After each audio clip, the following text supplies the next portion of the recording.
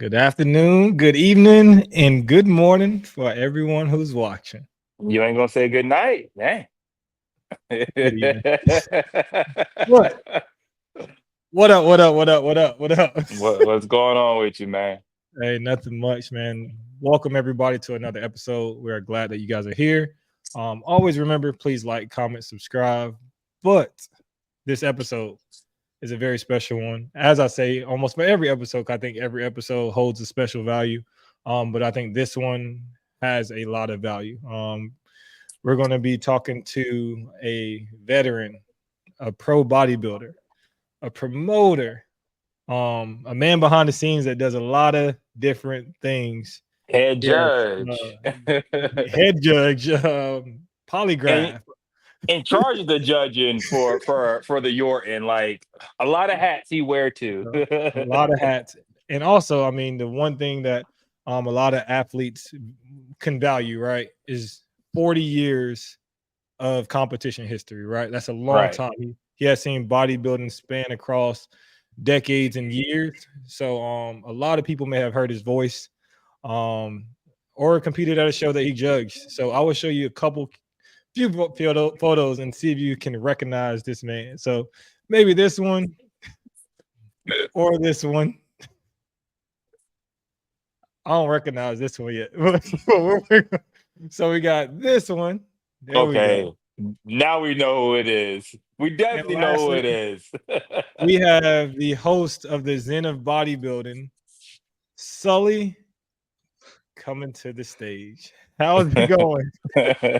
Gentlemen, thank you. How are you all doing today? Good. Can't You're good. complain. This is like awesome, man. I feel like I'm at the Yorton Cup. I'm about to get you guys to like take your shirts off so I can keep saying quarter turn to the right. So, Well, you judged both of us I think in both categories. So I think you judged me in both categories, but I promise you, as long as it's me and him now, I'll stand my men's physique turn. and as long as it's you and him, I'm staying retired. Oh man. So, if you don't mind, can you give us? I tried to do everyone justice with their intros, but can you kind of fill in the blurts that I may have missed about you, and maybe even what you do with the OCB? Sure. I'm just going to give just a quick synopsis. I discovered bodybuilding in 1979. I was a wayward youth living in Columbus, Ohio. Um, Substance abuse family.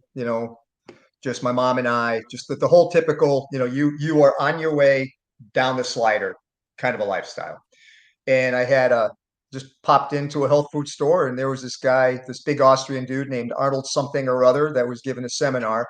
Long story short, he floated me two tickets to the Mr. Olympia. I watched Frank Zane win the first Mr. Olympia. And in talking with the bodybuilders, what hooked me and sold me on bodybuilding and why I've dedicated my entire being to bodybuilding was because I saw it the same way that Arnold saw bodybuilding. It's not just a means to a incredible physique. What you learn through the sport, learning how to build relationships with other competitors so that you're competing, but not against each other, but for something. Learning all the tenets of sets and reps and discipline. If you take that and apply it to other aspects of your life, then you'll grow there too.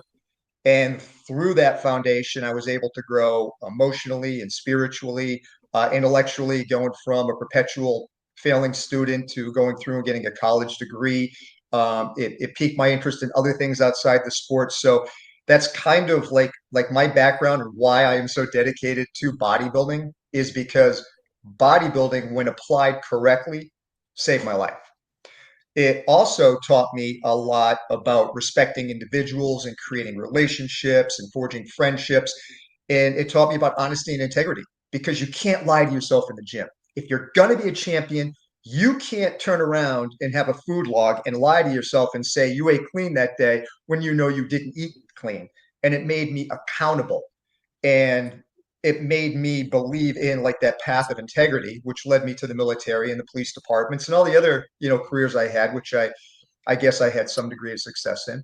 And it just kind of like put it all together.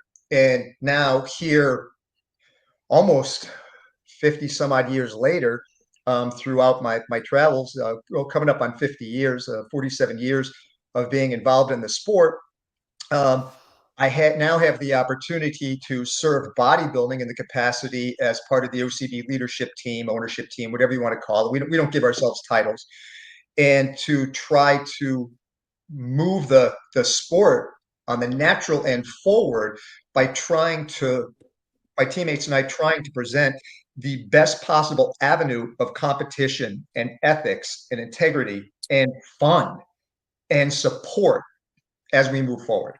Some things we do are misunderstood. Hopefully, we cover some of those now. But that is that's kind of my full circle. And other than that, yeah, I competed a lot. I can tell you right now, I think I say this all the time when I do competitive meetings. I think I have 5 of my trophies from back in the day when I competed. I'm proud of the fact that 140, somewhere between 140, 160 shows, I lost count. I always placed.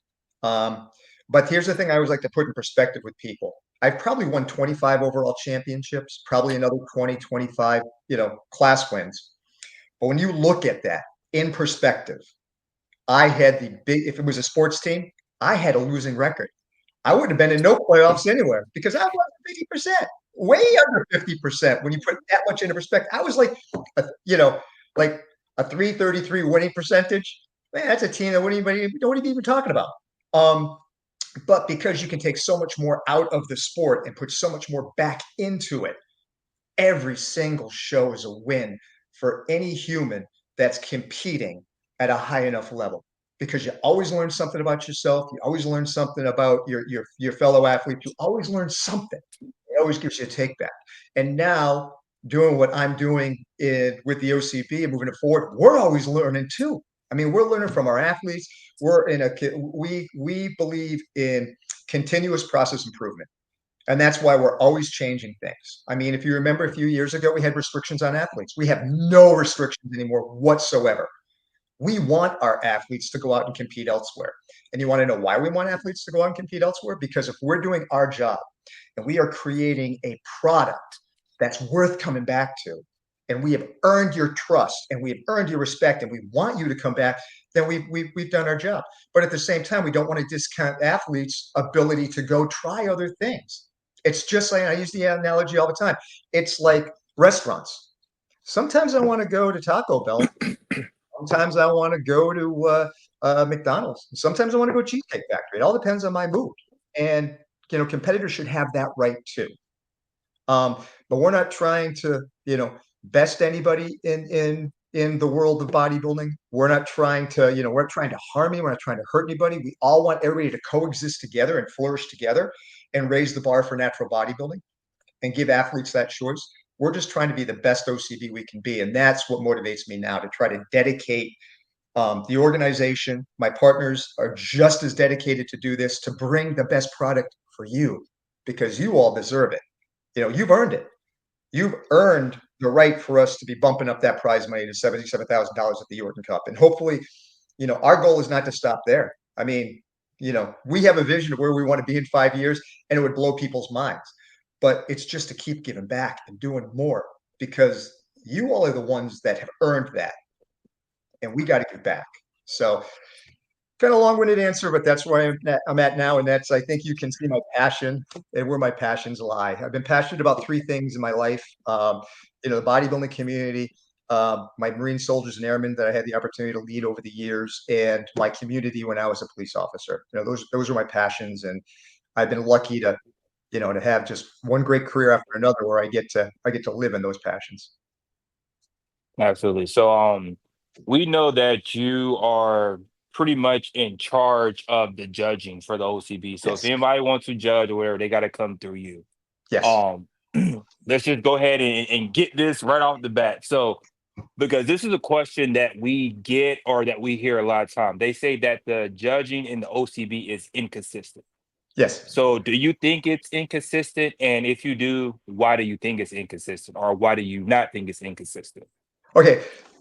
So give me a second here to paint the landscape, and then Okay. I'm absolutely going to answer that question. And I'm absolutely going to tell the audience in the world what we are doing about it and advances that we're making. So I told you, 1979, first ever time I was exposed to bodybuilding.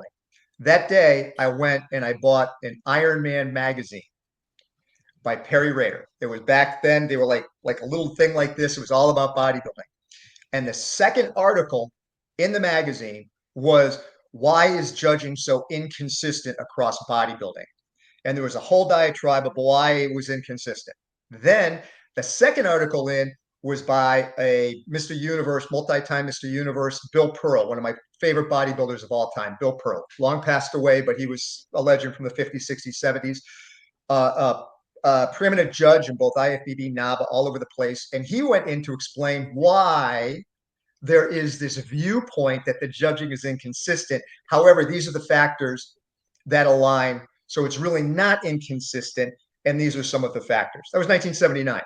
Since then, I have seen 1,000 articles, and now in social media, it's all over social media. It's true in every organization. It's true everywhere. This has been the ongoing thing. Now, have there been inconsistencies in judging across all organizations, to include at times the OCB? Yes, there are going to be. There are always going to be. And that was one of the factors that Bill Pearl tried to make initially. You think that it's hard to call a ball and a strike correctly in Major League Baseball. When it comes to any objectivity in physique, again, there's going to be nuances. Our goal, and my goal with my judges and how I train them, is to have a left and a right boundary for everything except for symmetry. So now let me break it down how we are moving forward with the OCB. When you look at judging across the board and you look at all organizations, sometimes there's not a predetermined factor. There is not a philosophical point of view of what we're looking for. This is why in some organizations, it's a more and more ripped physique. It's always more shredded. You know, that there's no difference in the shreddedness of a bikini versus a wellness versus a figure versus other times it's size. You know, the only difference between a classic physique and a men's physique is that the enormity of the muscle mass. Okay, and it went into size. What we decided to do, and where Matt set the OCB on the path of from day one, is he always felt that symmetry was the most important aspect of it. That you need to have the right symmetry for, and at the time we started OCB, we had men's bodybuilding, women's bodybuilding, and figure. You had to have the right symmetry.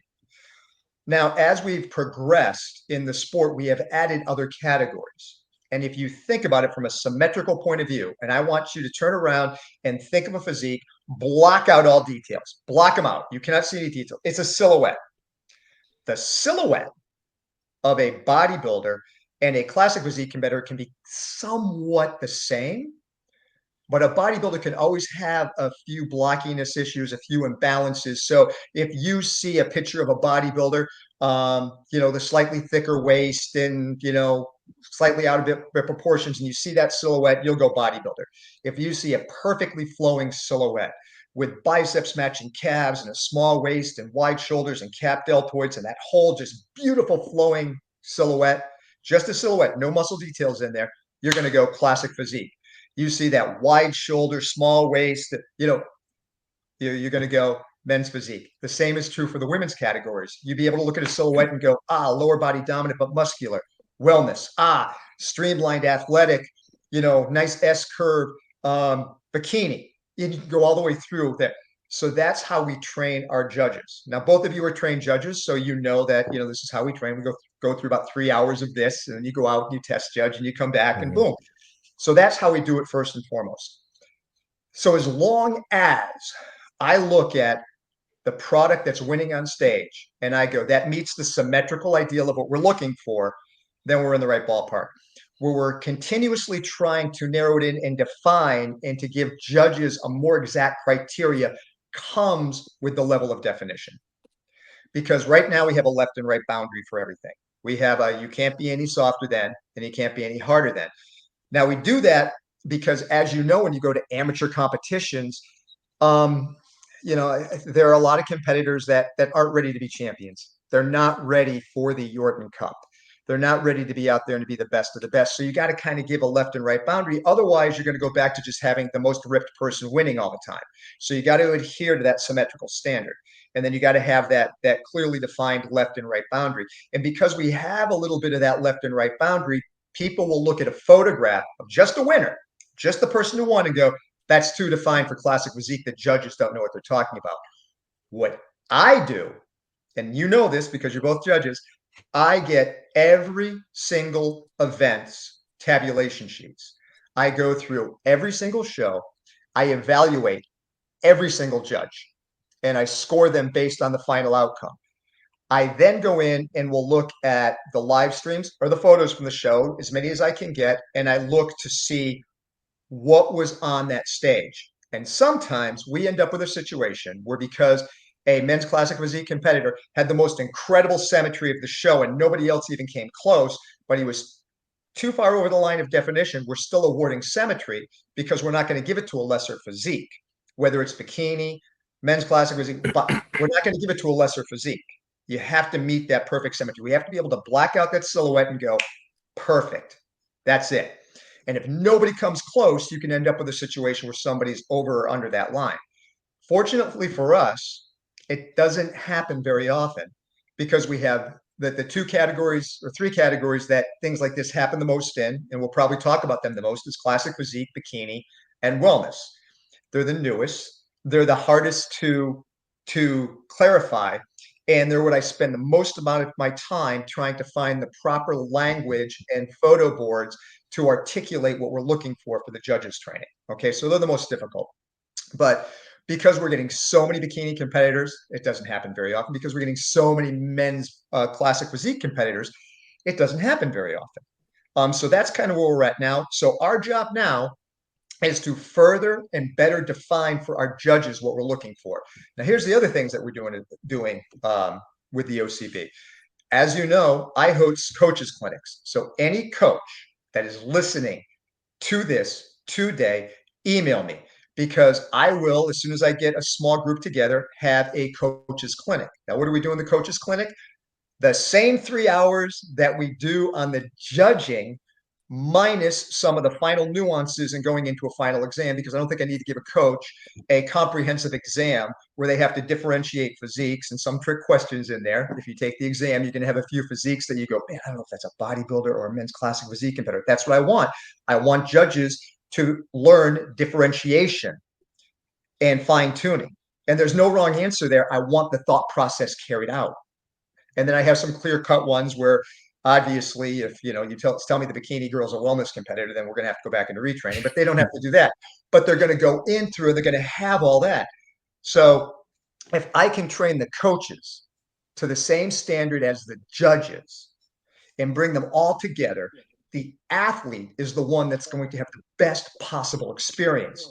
It also puts the coach and the athlete on the same basis of knowledge as the judge, so they can have a dialogue and better differentiate where the shortcomings were.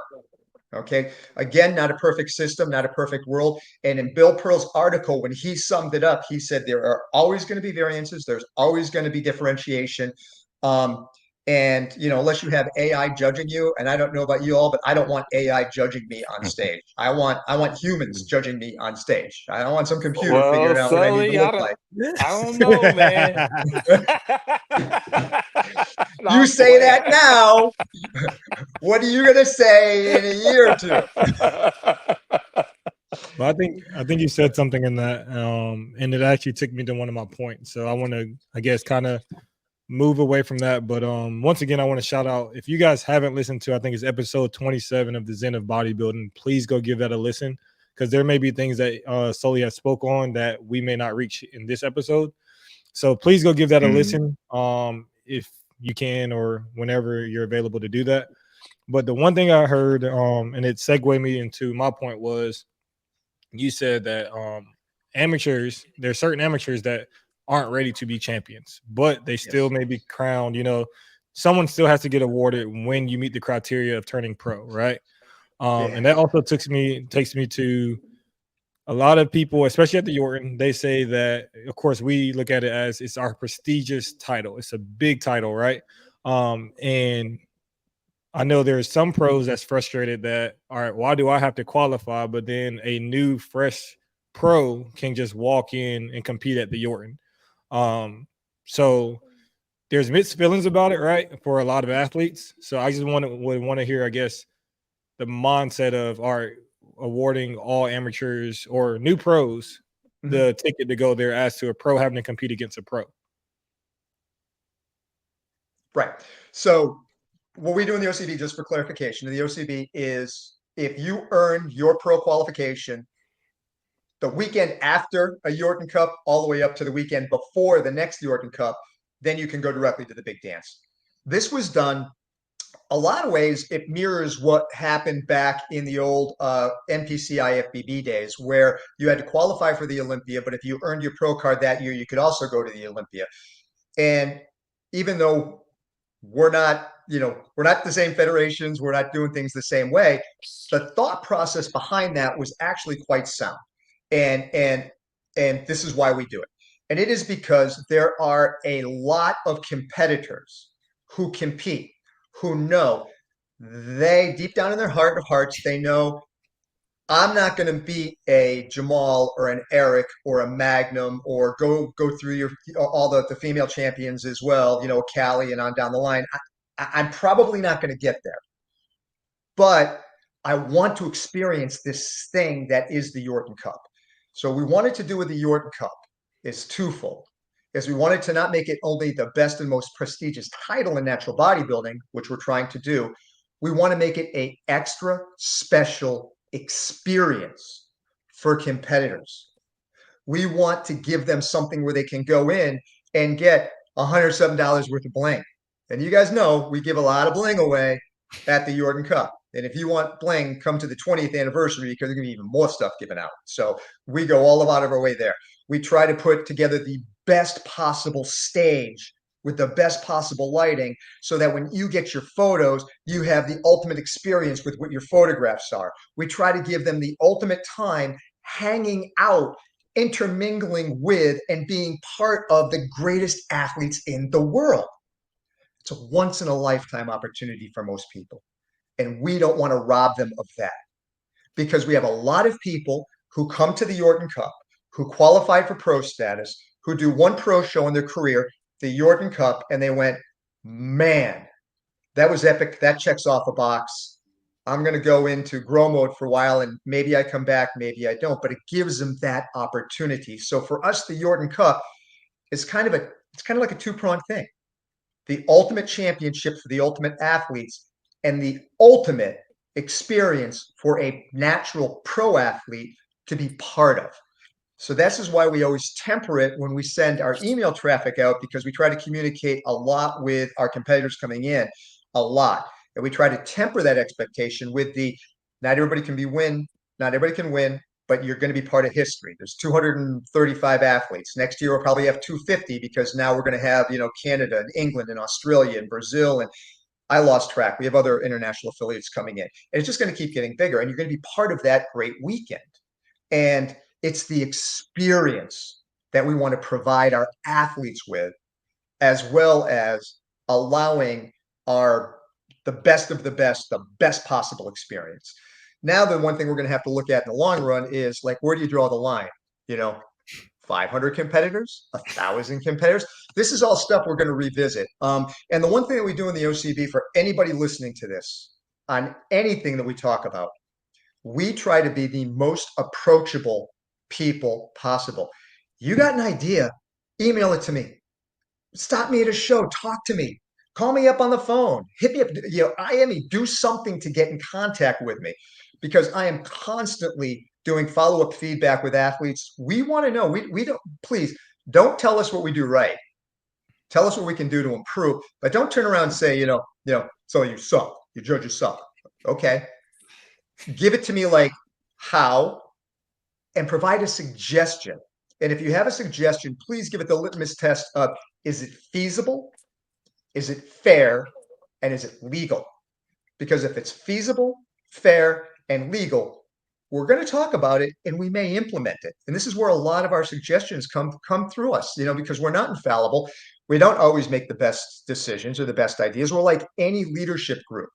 And we sit there and as a leadership group, because we are a leadership group, we're not just a bunch of muscle heads that go, hey, have federation. We all have leadership experience in some area. And we sit down and we look at the tactical, the operational, and the strategic aspects of every decision that comes in. whether it's adding a show, adding a country, changing a requirement. Do we shift away from judging symmetry predominantly? And do we go towards definition? It's always going to be a continuous process improvement. From adding a new category, which I can never see us doing again, I think we're at our limit, to changing all of this stuff, but it's got to come from you all. You all. Now, you've all been through my judging. And through my Wednesday pre-meeting syncs that I do with judges and promoters and key staff every Wednesday before every event. Everybody's got to be on there to get on the same mindset. What is my number one slide? My little pyramid, right? That little pyramid. You guys have seen my little pyramid slide with the competitors in the middle and everybody pulling together. That's the foundation. That's the foundation. So we need that the people in that pyramid, the competitors, the people who it's all about, occasionally to bounce back these ideas to us. What can we do to make it better for you? What do you want to see? What do you want to see? And if we have a reason that we can't do that, I will let you know. I mean, you got to be transparent as an organization. You got to be transparent. You got to own your errors, and you got to be willing to adjust with the demand. And those are all things that we are ready, willing, and able to execute at any given time. Absolutely. Just to piggyback off of what Eric said, I want to go into the off-season random urine testing, right? So Yes. let's say you got Chesapeake coming up, right? Let's say an amateur competes at Chesapeake, he gets his pro card. He automatically qualifies for Yorton next year. All right. So this guy potentially has a whole year off without getting random drug tested. So how are y'all as an organization making sure these amateurs are not flying under the radar and getting randomly drug tested throughout the year? Because like everybody know who I am, who Eric is, who Magnum is. So if we walk into a show and y'all randomize, it's like, oh, no big deal. They're like, but if an amateur walk into a show, a new pro walk into a show, y'all really have no idea who that person is, and they could be potentially cycling, in their off season. Right. Got to be careful on this one because random urinalysis testing needs to be random. Okay. It can't be selective. You can't, by law, you can't turn around and go, you. It does appear that way because I think both of you at different times have showed up to judge at shows, big party shows. We get to tap you on the back and go, guess what? You're random. It's random because we look at who's going to be at that show. There is, four OCD pros are going to be at that show. You spin the wheel and you go, bang, that one. All right. Hey, cool. Bang.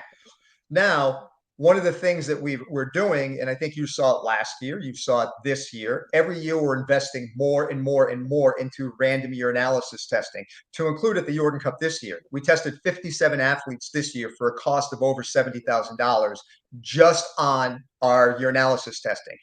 And a lot of the people that we picked were people that were kind of newer pros or pros that wouldn't normally get, randomly urinalysis tested, still done randomly because you can look and go, all right, here are 10 numbers, and we're going to pick one out of these 10 numbers. They've never gone through, this type of stringent urinalysis testing before. Grab one, boom. But you're talking about random on the day of the show. You're not talking about random 6 months out from a show. So what can we do to improve that? I'm going to be honest with you. We've talked about increasing the amount of money that's going into our drug testing this year, but we haven't really sat down and said, hey, for 2025, how can we go about better applying that? You just gave me a suggestion on what we can do to get the names and numbers of the people that we can now look at for a pool to more randomize.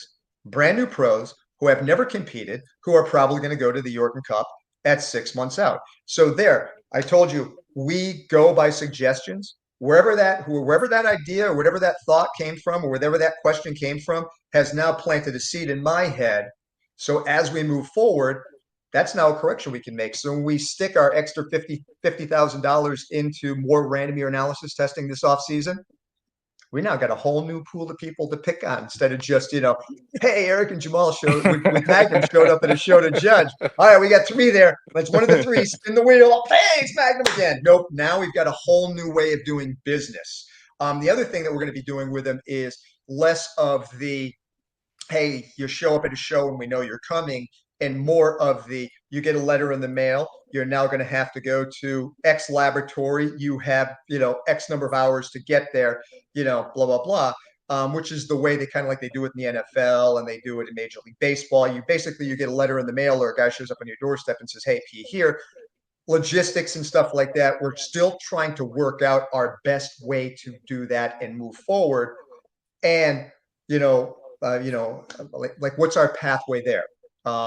So that's something that's also going to be implemented more rolling into next year. And this is just something else that we can bring into the mix. So when we have our winter meeting, because remember, the offseason in the OCB is about 3 weeks long. I mean, we get shows in December, we get shows in January. It's like, Jesus. Yeah. So we slide a meeting in there and then we come up with, hey, this is new for 2025. And then we implement. So exactly what you just what you brought up, Jamal, I think that gives us a really good indication of where we need to invest more as we move forward. So anybody out there that's listening to this, that's going to be winning your pro card this year and just thinking that you're going to the Jordan Cup. Yeah. Yeah. I might be taking a road trip, knocking on your door. Here's your cup. What do you want? All right. But no, that's a good one. That is actually a good implementable, feasible suggestion. This is what we talk about. This is something we can do to fix that gap. I like it. All right. So the one thing that we did a Jordan Cup recap, and we still plan on doing an end of the year recap.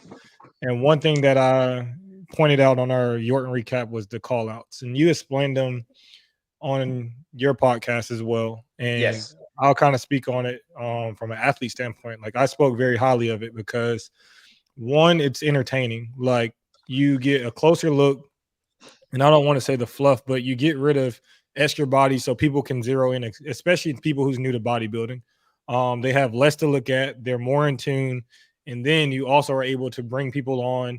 And it's kind of like, I ain't gonna say musical chairs, but it's exciting when you see your athlete coming on stage and literally it's a literal battle between 2 people, 3 people, 4 people, however many it is.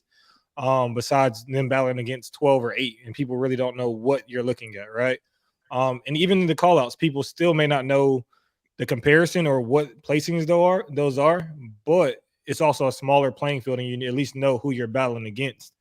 So can you give a quick, I guess, your thought process on why you shifted to do that at the 2024? And I know you say you're going to continue it, but how would you improve on that going into next year? Yeah, great question. This year we only did it for bodybuilding and for classic physique. And it was, I'll be 100% honest with you, it was kind of like on a whim. This was not pre-planned. This was not premeditated on my point at all. But what happened is when we brought the bodybuilding class out, all right, so we have 9 incredible physiques up there. The stage was too small. I mean, it's a big stage. The Jordan Cup's not a small venue, but it got small real quick. And the one thing I do when I train my judges, I train my head judge, is ensure that you're not turning people until you have 1 second to view each physique. So when I train a judge, I always say, if you have 9 across the board, you should be holding that segment there for 9 seconds. 1 Mississippi, 2 Mississippi, because it takes about a second to look at each physique and assess it on the way down the line. But then you have to keep people moving. And what happens if you want to look at this person and this person? Now you need 18, but it just got too messy. And so that's when I said, you know what, we got to do something, boom, boom, and started pulling people out. Now, the other thing I didn't want to do is there's an organization that does this. It's their bread and butter. It's their bread and butter. And I applaud them. I love them. I love the YouTube videos. I watch them too. I think it's great. But it's done in a specific order by their culture. And their culture is first call out, and whoever's in the middle is basically the person to look at. As a head judge, I go to enormous lengths. I train all my head judges to do the same thing. Never, ever, ever try to send a subliminal message to the judging panel for a free preemptive strike. I want them to differentiate. I want them to think. Even if ultimately I think they were wrong in their decision, I want the process done.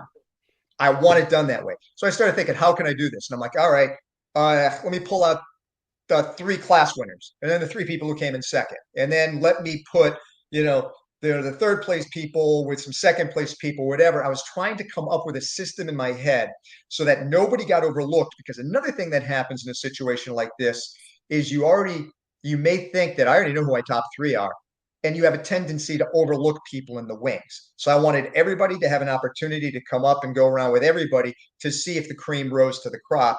And then after I did that for 3 or 4 rotations around, then I started getting the judges handing me sheets down of who they wanted to see together.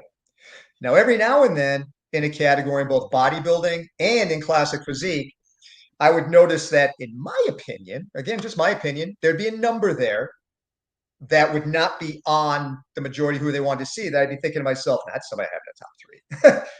I'm gonna put them in the top three to see what they have to say. And I would see some movement around there, but that was the only suggestivity that I would put in there to make sure nobody was overlooked. Ultimately, because as the head judge at the Jordan Cup, I am non-voting. No head judge at the Jordan Cup is a voting judge. You are there for movement, for dialogue, for commentary, and to assist the other judges. You are not voting judge. But ultimately, I wanted them to try to come up with their own ideal on that. So that's how we did both those classes. And I ultimately didn't do it for the other categories. But the more I started thinking about it, the more I started thinking, how can we take this system and utilize it, not the way that the other federation does and not doing it their way, but the same way, so nobody's overlooked, and that we can make smaller manageable groups so that we can get the cream to rise to the crop. So that's the first thing we're working on. I'm still working the kinks out of it. If you guys have me on in 6 months, I can tell you exactly how we're going to do it at major pro shows and the Jordan Cup moving forward, because by then I'll have all the kinks worked out of it. Anybody listen to this, if you got ideas, a judge, competitor, whatever, shoot them towards me, because we want to make it fair. The one thing I will not do in any circumstance is pull who we think the top three are and pull them out as a first call. Will not happen. Now, did we do that, in the cycle of events? Yeah, but it didn't happen that way. It happened where, like in both bodybuilding, well, bodybuilding was a little bit different, where it was more, you were looking for, your your top 5 people kept shifting around. Everything else was, I don't know, bodybuilding was kind of like there was a known commodity that everyone, okay, cool, and it was more about all the other placements. Okay, where classic physique was totally different, where the top 4 people had first place votes, rightfully so. And that became more of a battle where we'd have like these guys and these guys, like that top 5 was like phenomenal. We ran into the same thing with bikini, and also with figure, some of the other classes. Now, how do you make that better? So bikini was another question. And when I watched your podcast the other day, they were like, why are you pulling top 3 here and top 2 here and top 1 there, where the 3 best could be in a single category? Well, that's why we pull the top 3 out of a class of 3, the top 2 out of a class of 4 classes, and so on down the line. So how could we make that work better? And that we're going to fix. So first, to answer the first question, how we rotate those people through, we are going to come up with a systematic approach on that so that I can train head judges on it. I'm not going to train the world. I'm just going to say, here's the philosophy, but the head judges will be trained on it so they can execute it so that it makes more sense. Okay, so it's a little less haphazard as me doing it and trying to think on the fly to figure it out as we went along. Great idea. We're going to keep doing it.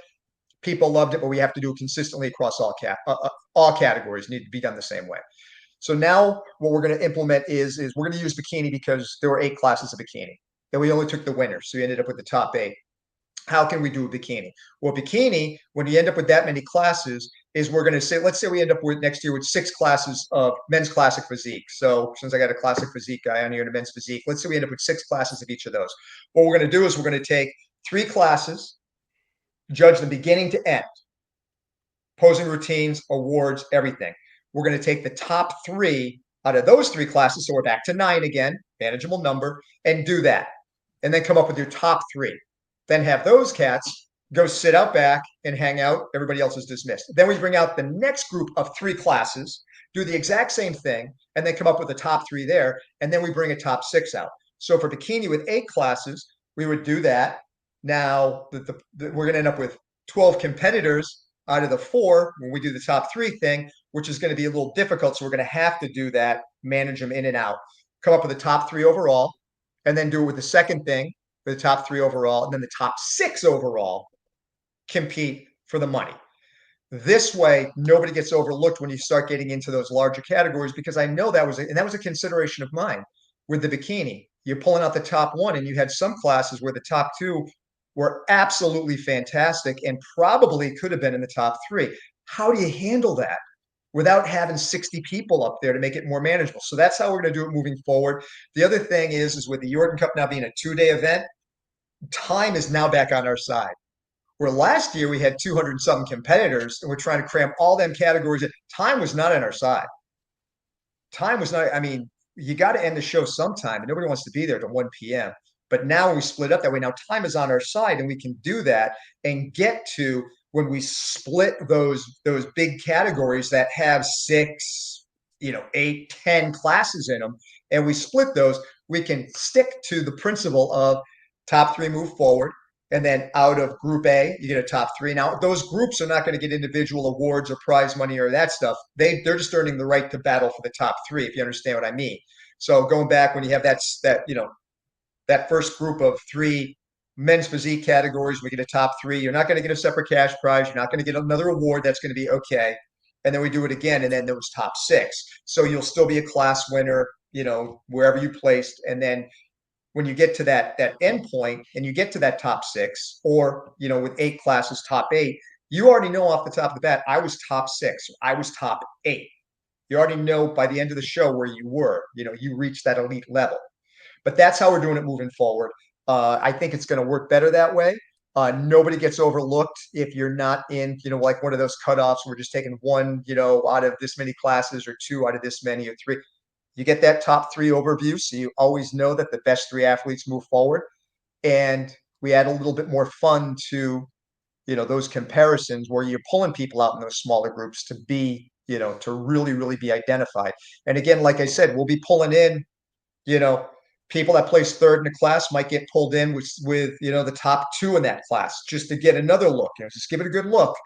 Take your time, get it right, and see how these people jostle positions. Because for some people, you end up in, the top 9 of bodybuilding. It's just as important to be 7th overall as it is to be 2nd or 1st overall, because it's important for them. They know going in that they're probably not going to be in the top 3, but they don't want to be, in the bottom 2. And they want to know, and they want to have that opportunity to battle their way up. So everybody counts. All the way from 1st to last place, everybody counts. And we got to give them the time they deserve. So maybe this is a selfish question, but as you was talking, I was, stuff was just running through my head. So you said as a head judge, you're not scoring, you're just moving people around. So to me, I think the head judge is the most experienced person on that panel. So if you see something that's not right, or if the judging is off and you think, someone else should be elsewhere, is there like a chance, or had this ever happened where like y'all took a recess and y'all went into like a judge's chamber and you like, hey, like, what are y'all doing? Like, anything like that ever happened? Or It hasn't happened. I've never in the heat of the moment, you don't know how the scores are coming out. You know what I'm saying? Because here I am yeah. as the head judge.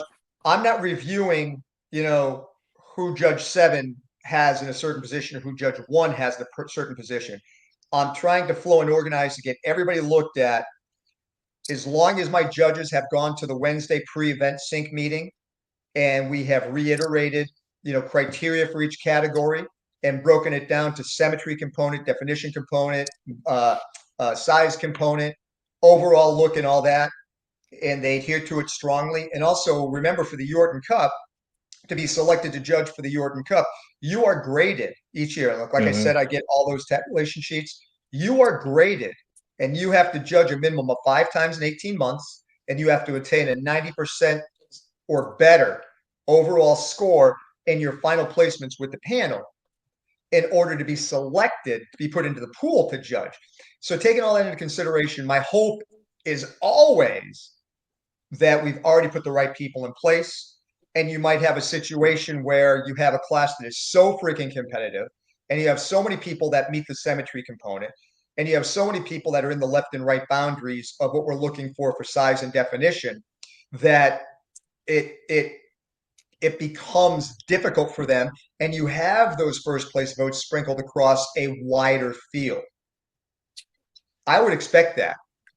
If we had just a single stratagem, look for the most defined guy or girl in every category, it'd be a lot easier because you just look for the most ripped carcass up there, bang, win.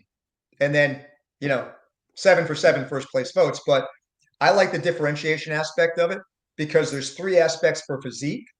OCB has added categories based on symmetry. That's why we added a new category. That's why we added wellness. Wellness wasn't added because, we wanted to add another category for a money grab.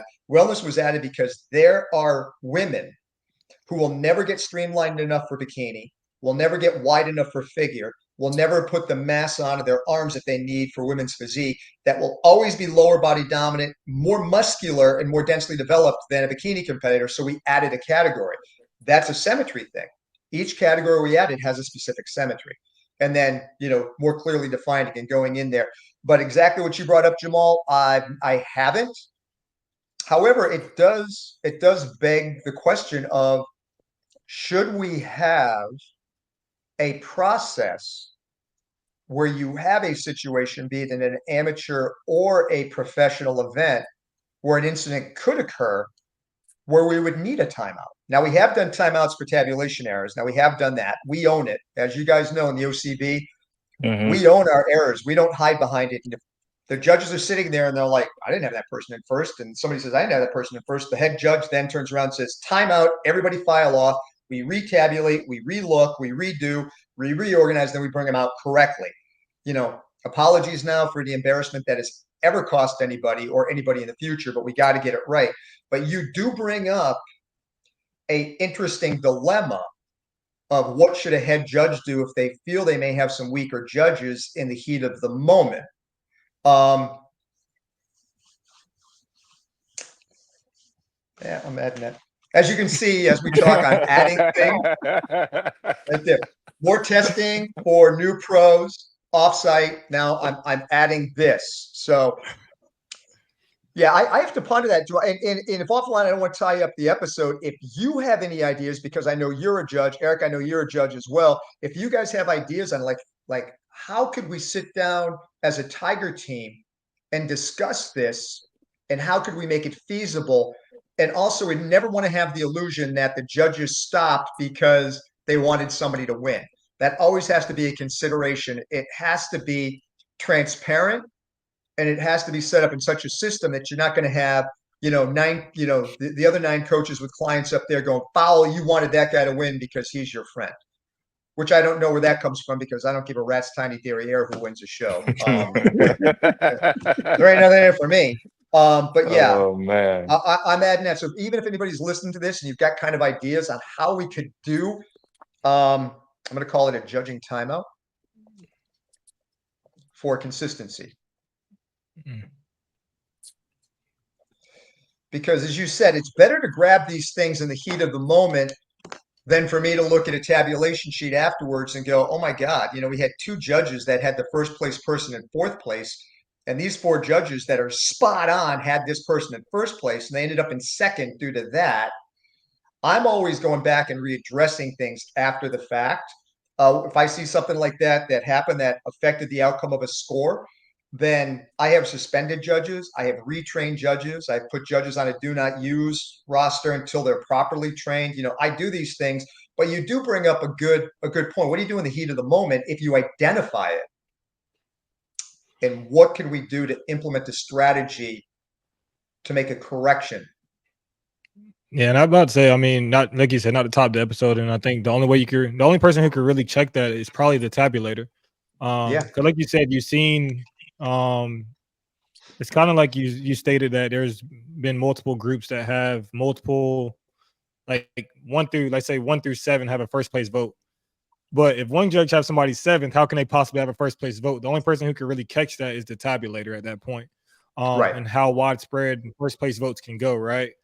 Even as a head judge, I'm pretty sure you see it. You're not judging, but you probably seen it and you're like, all right, this guy's in my head 5th, right? How does he has a first place vote or whatever? But it's also you have the criteria ingrained in your head.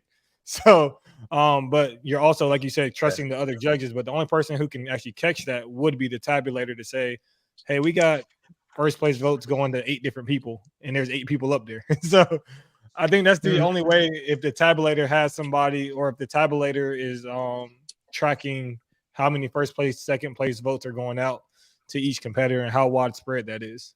That's my quick thought. That's a good point, because I think we could come up with that. Like if the variance off is greater than a certain whatever, then they could identify that and slide it. We also, here's something else that and I'll put it out there for the listening audience, because we're always trying to improve our product. One of our promoters has come up with a program that you implement the scores in, it automatically tie breaks. There's not a human tie error. It automatically scores judges. I mean, this thing is fantastic. Now, this particular promoter did off the top of their head, so I call him AI now. So AI figured all this out. This would be something that would be easily manageable to put in for a variable. So if this was a system that we started using blanket across the OCB, as long as the inputs are correct, because remember, it's all human error. As long as everybody inputted, the right first, second, third, fourth for each judge, and it spits that out, it could potentially set up a flag. Boom. And now then that gets brought to the head judge's attention, and then bing. I mean, one thing that could happen at that time would be just, you bring your top 3 back out before you even award them, and then you rejudge them again, for a fine. I don't know. Food for thought there, but this is good stuff. This is the stuff this is what we want to know as an organization. Absolutely. How can we make this better? Yeah. I tell you, people don't realize this. Because somebody had said, every time you talk, Sully, everybody knows what you're doing, and they're just going to copy it. You can copy anything you want. I spend, before those Wednesday judges meetings and going through the tabulation stuff and the training and all that, I spend about 30 to 35 hours per week on that aspect of the OCB, not including the other stuff. So yeah, you can put it out there, but unless you have somebody who's idiot enough to go through all these numbers like I am and spend hours away from the fam doing it, I'll never get there. But yeah, this is good stuff. And I think this is something that we can build upon to kind of correct that. Gotcha. What else? Keep them coming. All right, so I have this one, and this is one that I bounced off of. I mean, me and Jamal talked about this, and I talked to other people. And this could be kind of selfish, but not really selfish, right? We consider, of course, the Yorton as a prestigious event, and I know maybe 2 or 3 other organizations who do this. But since the Yorton is so prestigious, how come the winners aren't qualified for life? Yeah. and I'll this is a talking point. The only reason I said that is there's technically only 6 men's physique winners. There's only 3 classic winners. Yeah. Just saying, that's kind of selfish, but hey, No, but what you say, that makes great sense, because I know there are other federations out there that if you are the overall champion in the most prestigious show, you're qualified for life. You can come back at any time.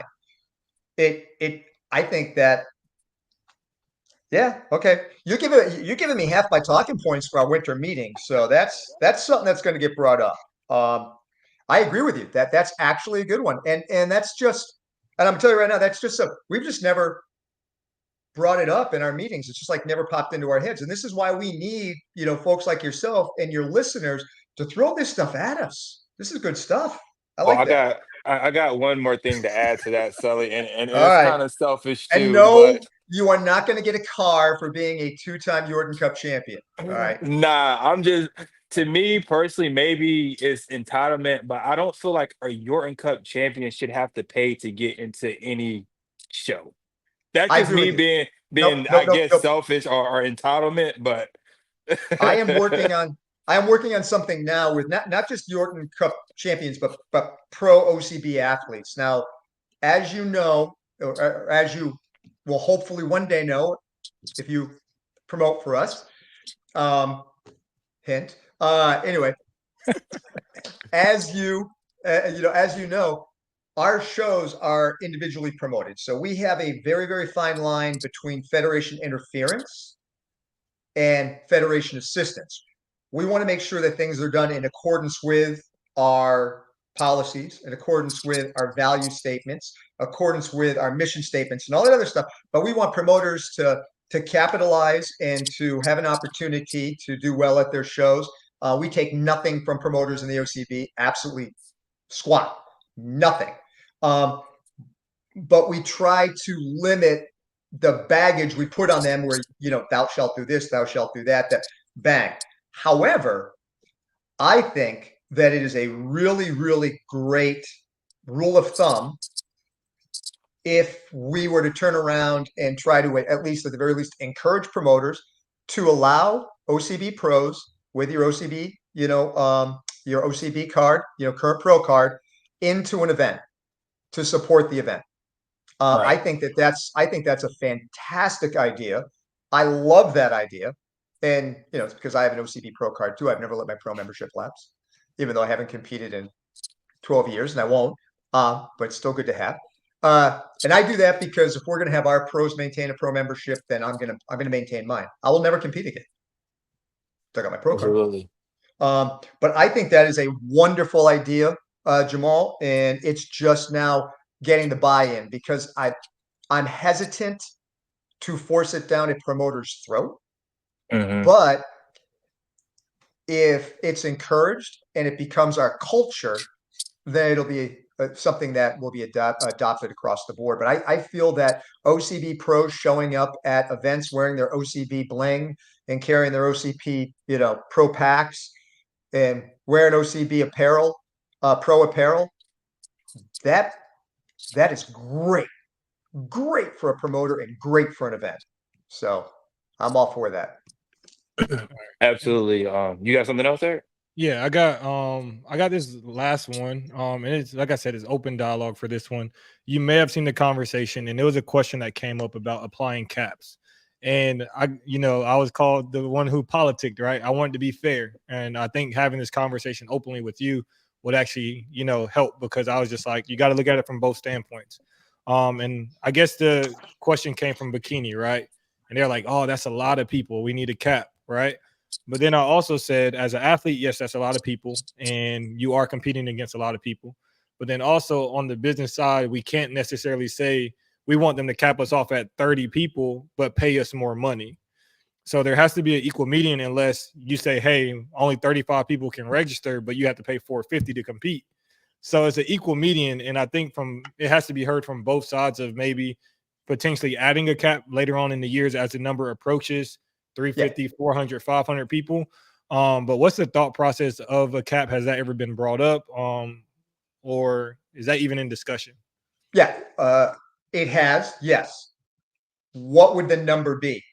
Right. Because I think, honestly, we're starting to rapidly get there. I mean, when you look, there were 35 athletes up this year over last year. And the year before that year, pro athletes only, we were up 40. If you keep adding the numbers, 30 to 40 athletes per year, you're going to hit a point of diminishing returns where nobody's going to want to come or nobody's going to be interested because it's going to be too damn big. All right. So we are going to get there. Now it's just a matter of, like you said, looking at the financial dynamics of it. When you look at, we're now investing in the Orton Cup, a 2-day event. You think of all the tens of thousands of dollars for venue rental. And then 2 days of staff, all the tens of thousands of dollars of that, then $77,000 for the pros, almost $70,000 in urinalysis testing. You hit a number where, like we always fund the Orton Cup. We are, I think, the only organization that goes into its major show knowing that we are going to be putting in out of the OCB, what we've taken in to host this event. We know going in. We already know going in. We're in the red. We are in the red. Big red. But how big do we want that red to go? Where is that balance? So yes, we are going to hit a point where we're going to come to a number. I don't know, would it be 250 or 300, or we're going to get to that point. But the other thing we have to consider is when we get to that point, what is the hierarchy of athletes we allow in? Meaning, if it's just an arbitrary number and the runner-up who doesn't end up with being qualified for life and automatically coming in like a former Jordan Cup winner, they're the runner-up, and they get their application in late, and we already hit that number, how does that work? How do you keep that person out as opposed to the person who won their qualification 2 weeks ago and wants to go? Like, so these are things we have to figure out and manage. Like, what is the hierarchy of getting to that number? How do you manage that number? And what would that number be based on acceptable loss and still giving back to the competitors? And like I said, we have a number in mind for that pro prize money. We're not there yet. We have a number in mind. $77,000 is not where we're stopping. And so that's the other thing we have to factor in, all things together. And also, I mean, the organization's grown every year. And, where does that growth offset the number? And then that can be brought in to offset other business costs, et cetera. So that's where when I talk about, we talk tactically, operationally, and strategic for this organization. That's the strategic conversation that we have. When we're thinking strategically, we're thinking, boom. And then we have to have this for growth and this and that, boom. And we're thinking all those down the line. But that is something that is going to be a thing. We just need to solidify what the number is. And also, it's going to have to be based on a number and a number per category, because we can't turn around and set the number at 300 and have 200 bikini competitors. That ain't going to work either. That is not going to work either. So we're going to have to have two set points. Like, what is a set point for each category based on popularity, numbers, of pros that we have in that category, blah, blah, blah, viability. What's the overall number? And then the whole cost effect thing. So yeah. And, short answer, yes, rapidly approaching that number. Probably within the next couple of years, you're going to see it at, this is it. And here's our hierarchy, our priority hierarchy, these people first, these people second, these people third tier. Boom, we hit that number, we're done. Absolutely. So to close out episodes, me and Eric usually do. We call them quick hitters, but I kind of want to do something different if you're okay with that, Eric. Close out this episode. Let's roll. Just give us 3 things the athletes can look forward to 2025 for the OCB. Take out the money aspect of it for the Yorton Cup. Give us 3 different things that the athletes can look forward to for 2025. International competition at all levels of shows, amateur and pro. So they'll get to be able to compete with members of other countries, because we're getting a lot of interest in athletes from all over the world that are in countries that are not going to end up with an affiliate anytime soon, or there's nobody that wants to take that ball, that want to come to our events to compete with their U.S. counterparts. So think of it as a great cultural exchange. You could be at a show with somebody from 4 people from 4 different countries. And then you're sitting there and you're talking cultural exchange. What kind of an opportunity is that?